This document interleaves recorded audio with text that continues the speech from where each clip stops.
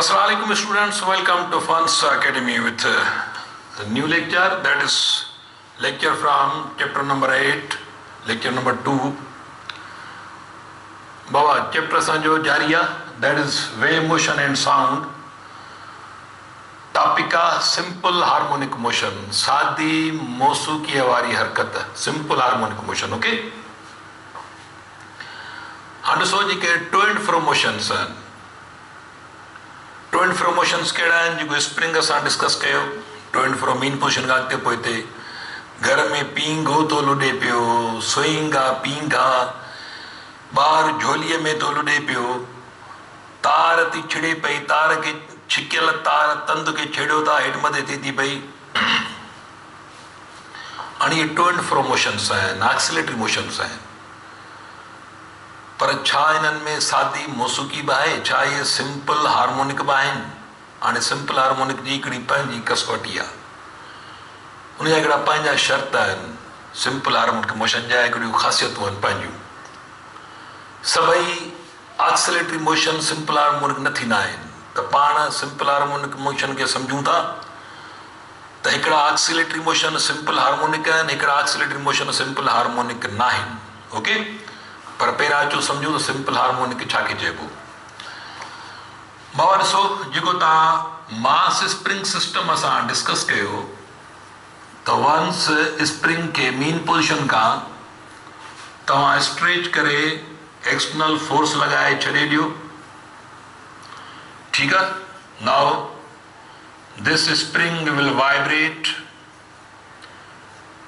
Between the two extreme positions. वधि में वधि हेसि ताईं थो वञे, वरी ॿिए पासे वधि में वधि हेसि ताईं थो वञे पियो.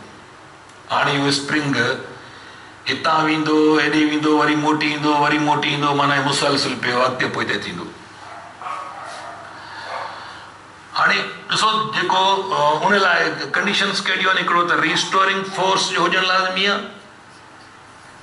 ऐं ॿियो मास में इनर्शिया जो हुजणु लाज़मी आहे. इहो कल्ह डिस्कस कयोसीं त असांखे Hooke's law restoring force is equal to minus K X. हाणे यादि रखी छॾियो त चए थो जेतिरो तव्हां हिनखे बाबा परते खणी वेंदो, जेतिरो एक्सटेंशन माना ज़्यादा ईंदो हिन में, जेको इहो डिपेंड थो करे फोर्स ते. जेतिरो फोर्स घणो तव्हां हिन ते अप्लाई कंदो ओतिरो एक्सटेंशन वधंदी, ऐं एक्सटर्नल फोर्स बि ज़्यादा त रिस्टोरिंग फोर्स बि ओतिरो ई थींदो हमेशह. ओके, हाणे ॾिसो हिते ही जेको फोर्स आहे मुसलसिल अनबैलेंस आहे, माना फोर्स तव्हां वधायो था, कांस्टेंट फोर्स न आहे. फोर्स वधाईंदा वेंदो, एक्सटेंशन वधंदी वेंदी. त ही को कांस्टेंट फोर्स न आहे, पर इहो वेरिंग फोर्स आहे, अनबैलेंस फोर्स आहे. ऐं जिते अनबैलेंस फोर्स हूंदो तव्हांखे न्यूटन जो सेकंड लॉ ते अप्लाई करणो. F is equal to M A, माना असां हिन अटैच्ड बॉडीअ वारी मास ते असां न्यूटन जो लॉ अप्लाई कंदासीं. ठीकु आहे. हाणे ही फोर्स इक्वल फोर्सिस आहिनि, त असां जूं जेके राइट हैंड साइड्स आहिनि देयरफॉर इक्वेट कयो. M A is equal to minus K X, त A is equal to K over M into X. ठीकु आहे बाबा. त A is equal to K over M minus X, K over M minus X. बाबा हाणे ही त आहे स्प्रिंग कांस्टेंट, मास जेको कांस्टेंट आहे. स्प्रिंग जेको इस्तेमालु थी रहियो आहे उनजो कांस्टेंट वैल्यू हूंदो, ऐं जेको मास अटैच आहे इहो बि घटि वधि कोन थींदो. पर ही वेरिएबल आहे, जेको ही एक्स आहे, ऐं एक्सेलरेशन बि वेरिएबल आहे. एक्सेलरेशन तब्दील थींदी रहंदी, ऐं डिस्प्लेसमेंट केॾी महिल बॉडी हिते थी पहुचे, केॾी महिल माना या एक्स जो वैल्यू इहो घटि वधि थी रहियो आहे, एक्सेलरेशन बि घटि वधि थींदी. ओके, त ही ॿई कांस्टेंट आहिनि. कांस्टेंट रिप्लेस कबा त बाक़ी एक्सेलरेशन जो तालुक डिस्प्लेसमेंट या एक्सटेंशन सां ही आहे.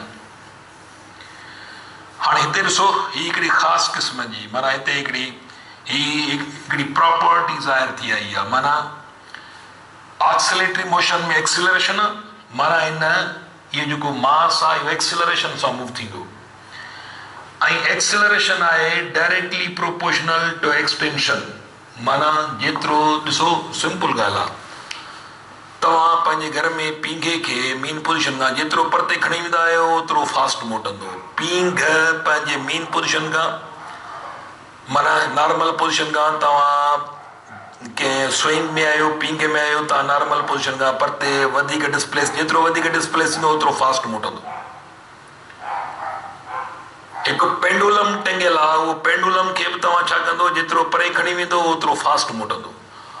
त हीउ स्प्रिंग बि जेतिरो परते घणो छिकींदो छॾींदो ओतिरो फास्ट मोटंदो। गुलेलीअ जा रबड़ जेतिरो घणो छिकींदो ओतिरो फास्ट गुलेलो मोटंदो। त यादि रखे छॾियो त एक्सेलरेशन डायरेक्टली प्रोपोर्शनल आहे एक्सटेंशन जे, माना ऑक्सीलेटरी मोशन अहिड़ो जंहिंमें टू एंड फोर मोशन अहिड़ो, ऑक्सीलेटरी मोशन अहिड़ो जंहिंमें एक्सेलरेशन हुजे ऐं उहा डायरेक्टली प्रोपोर्शनल हुजे डिस्प्लेसमेंट जे। ऐं नेगेटिव साइन छो थी करे त acceleration directed towards mean position, acceleration directly proportional to displacement. त हिते छा थो शो करे, number one acceleration is directly proportional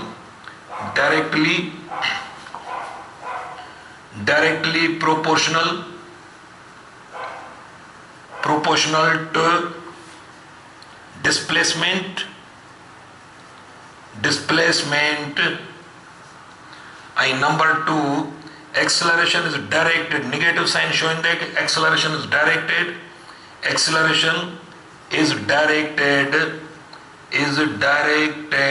towards mean position, towards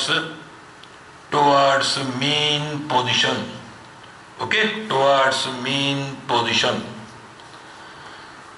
ताणी अहिड़ो बाबा ऑक्सीलेटरी मोशन जंहिंमें एक्सेलरेशन डायरेक्टेड हुजे डिस्प्लेसमेंट जे, एक्सेलरेशन वारी directly proportional to mean position.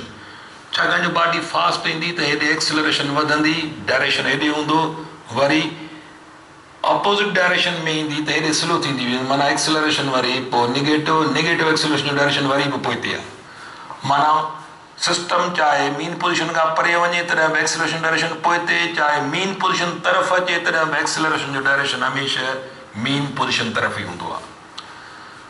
ताणी acceleration directly proportional to displacement, acceleration directed to mean position, negative sign showing that acceleration is directed towards mean position. Acceleration is directly proportional to displacement x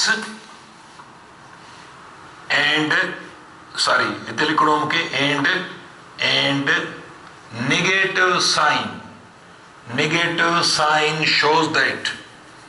negative sign shows that acceleration is directed towards mean position। ताणी याद रखे छॾियो त ही number 2 करे लिखंदासीं। Number 1 acceleration is directly proportional to displacement x and number 2 negative sign shows that acceleration is directed towards mean position। ही ॿई सॼियूं characteristics of simple harmonic motion. जंहिं ऑक्सीलेटरी मोशन में ही ॿ कैरेक्टरिस्टिक मौजूद आहिनि, जंहिं टू एंड फ्रो मोशन में बाबा, जंहिं टू एंड फ्रो मोशन में एक्सेलरेशन हुजे, उहा एक्सेलरेशन डायरेक्टली प्रोपोर्शनल हुजे एक्सटेंशन जे, उहा acceleration directed towards mean position हुजे, त पोइ इन ऑक्सीलेटरी मोशन खे पोइ सिंपल हार्मोनिक मोशन चइबो। त हाणे इन ऑक्सीलेटरी मोशन में सादी मौसूक़ीअ वारी हरकत आहे। ही ॿ कंडीशन्स जेके आहिनि, these two conditions are called characteristics of simple harmonic motion. हाणे सिंपल हार्मोनिक मोशन जूं कैरेक्टरिस्टिक्स कहिड़ियूं आहिनि? मैथमेटिकली कैरेक्टरिस्टिक्स ही आहिनि, acceleration directly proportional to displacement, acceleration directed towards mean position. ये सिंपल हार्मोनिक मोशन जूं कैरेक्टरिस्टिक्स आहिनि। मैथमेटिकली लिखियो आहे, मां हिते लफ़्ज़नि में बि लिखियो आहे हिते, ओके। त इन मां साबित थियो त बाबा जेको मास स्प्रिंग सिस्टम जो मोशन टू एंड फ्रो आहे, ऑक्सीलेटरी आहे, पर उन में सादी मौसीक़ी बि आहे, माना इहो सिंपल हार्मोनिक मोशन बि आहे। त सिंपल हार्मोनिक मोशन लाइ कसवटी लाज़मी आहे त हुन में एक्सेलरेशन हुजे ऐं उहा डायरेक्टली प्रोपोर्शनल हुजे डिस्प्लेसमेंट जी ऐं डायरेक्ट हुजे टुवर्ड्स मेन पोज़ीशन। ओके, त इन खां पोइ असां अचूं था पिया हिन जे बाबा यानी वरी पोइ ॿिए पहलू ते ईंदासीं। असां अहिड़ा यानी ऑक्सीलेटिंग सिस्टम्स ॿिया बि हूंदा, उहे बि डिस्कस कंदासीं। असां अॻिते हली पेंडुलम डिस्कस कंदासीं। असां अॻिते हली कुझु ॿिया बि सिस्टम्स आहिनि जिन जो मोशन ऑक्सीलेटरी आहे, असां उन्हनि खे डिस्कस कंदासीं। त अॼोको लेक्चर इहो हेसि ताईं, हिन खे तव्हां थोरो फॉलो कजो। असां ॿिए लेक्चर सां गॾु तव्हां सां गॾु हूंदासीं। तेसि ताईं अल्लाह हाफ़िज़, पंहिंजो ख़्यालु कजो।